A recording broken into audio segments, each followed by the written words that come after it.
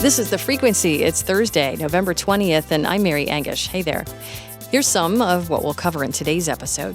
A new senior housing project in Brattleboro, Vermont's redistricting task force wrapping up its work, and today is Transgender Day of Remembrance. We'll talk with a local pride group about how to observe the day.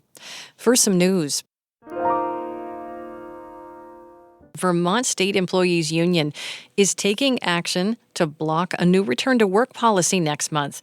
It's seeking a court injunction to stop the Scott administration from requiring most state employees to work in the office at least 3 days a week. The change is estimated to affect roughly 3,000 state employees. Deputy Administration Secretary Doug Farnham is saying the return-to-work plan represents a reasonable compromise. He says the state is on solid legal ground. For information sharing, having everyone in the office 5 days a week would be better, right? But we recognize that telework is a factor. It is an option many places now, and we didn't want to completely take that away. The union argues this change will create hardships for many state employees. A court hearing on this motion is expected next week. Vermont's school redistricting task force is wrapping up its work. The legislature created it to propose consolidated school district maps, but what it's come up with is a bit different than that original goal. Last week, most of the members at the task force backed a proposal that would not force school districts to consolidate. Rather, districts would be incentivized to voluntarily merge. Task Force member Jay Brattleboro spoke on Vermont Edition this week and responded to criticisms from Governor Scott. When I heard that the governor said we failed as a task force, I really disagree. I don't feel like we failed. I think we listened to Vermonters. So while you may be hearing from some folks that think we should consolidate, we visited 4 regions of the state, and we heard loud and clear from hundreds of people that they didn't feel convinced. Brattleboro is a retired superintendent from the Upper Valley.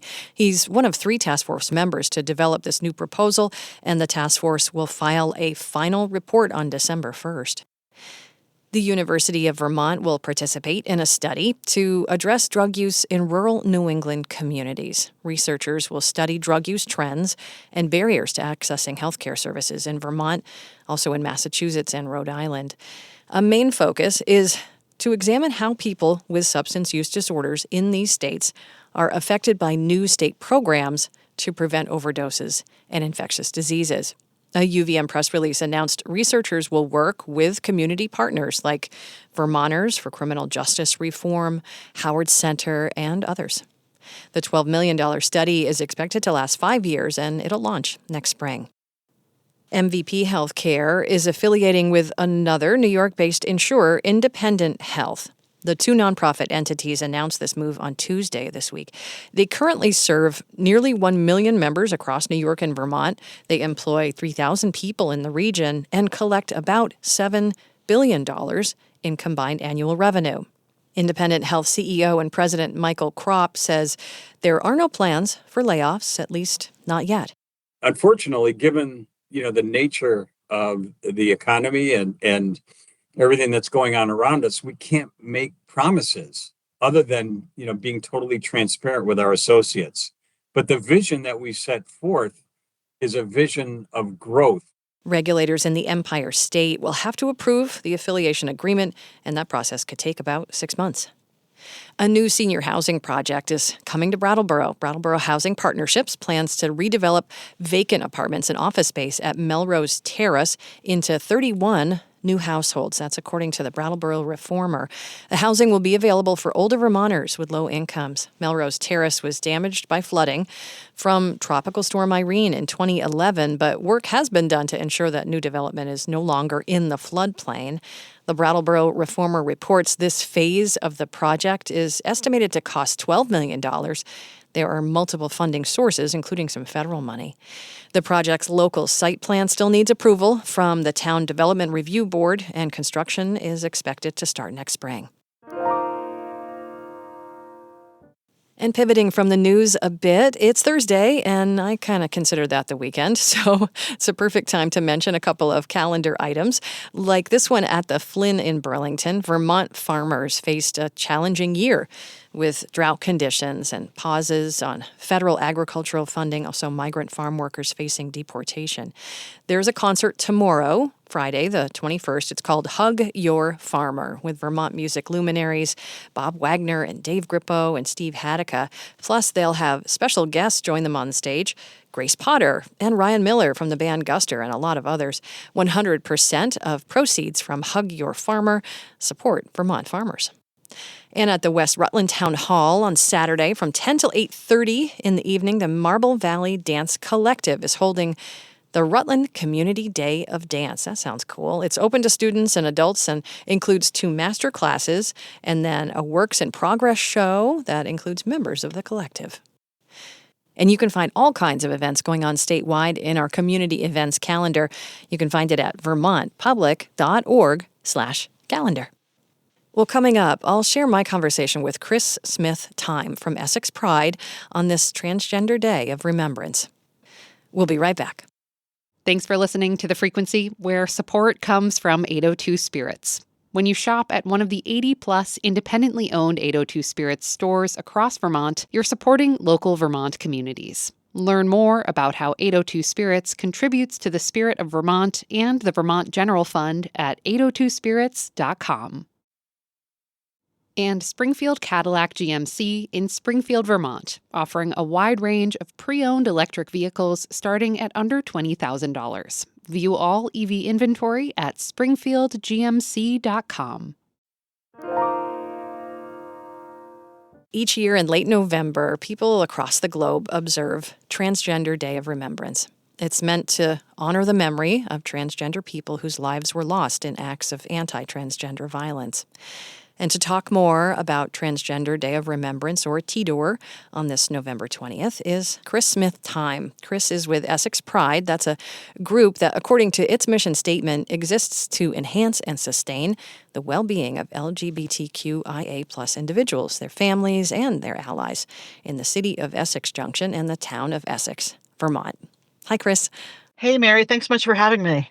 Well, first, I alluded to it a bit in the introduction, but can you remind us a little bit more of what Transgender Day of Remembrance is all about? Yeah, so Transgender Day of Remembrance, as you said, it honors the lives of transgender and gender expansive people who've been taken from us because of anti-trans violence. TDOR, also known as TDOR, it began in 1999 after the murder of Rita Hester.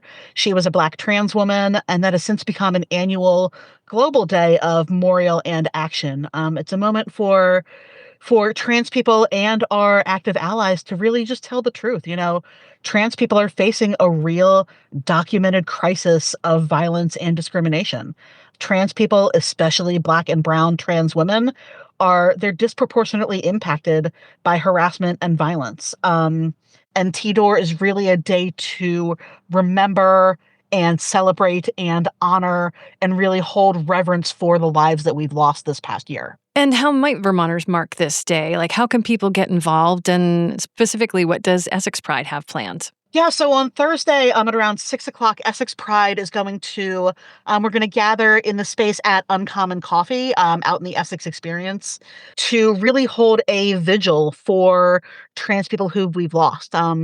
We invite trans folks and gender expansive folks to share their poems, their stories, their songs. We're also going to take time to read the names of the people that we've lost in this past year. In the world right now, there is, of course, always a lot of stuff going on. But specifically, recently the Trump administration was discussing doing away with certain gender markers on passports that a trans person might use, specifically the X gender marker. Also, more locally, the organization Pride Center of Vermont closing down this fall. A lot feels heavy and difficult and alarming in terms of rates of violence and harassment against trans folks. I would love to know what feels like it's going in a positive direction for trans folks. Yeah, and what's happening right now, you know, I'm not just speaking, you know, on behalf of Essex Pride, but I am also a trans person who has the X gender marker on my driver's license and my passport, and I don't know if I'm going to be able to fly. You know, these are things that really hit home for me, and one of my passions, you know, at Essex Pride is to be able to make sure that, you know, queer and trans Vermonters feel as safe as they can right now. Vermont is a welcoming state, and we're proud of that. But trans people here still face harassment, housing discrimination, and barriers to care. And our goal, we really want Vermonters, especially young trans Vermonters, they deserve to know that they have a future here. And that future is full of community. That future is full of joy. And even during like some of the darkest times, and I understand that right now is a very dark time for trans people, we are there for you. Even one life lost is too many lives to lose. And honoring the dead, it means fighting like hell for the living. And that's right here in Vermont. Well, thank you so much for telling us more about Transgender Day of Remembrance. Chris Smith time with Essex Pride. Thanks again. Thanks so much.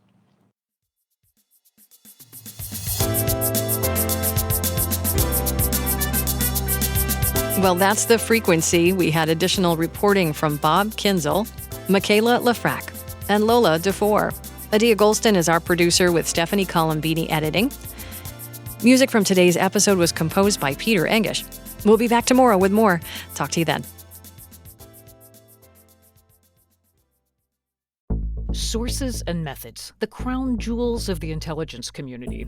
Shorthand for how do we know what's real? Who told us? If you have those answers, you're on the inside, and NPR wants to bring you there. From the Pentagon to the State Department to spy agencies, listen to understand what's really happening and what it means for you. Sources and Methods, the new national security podcast from NPR.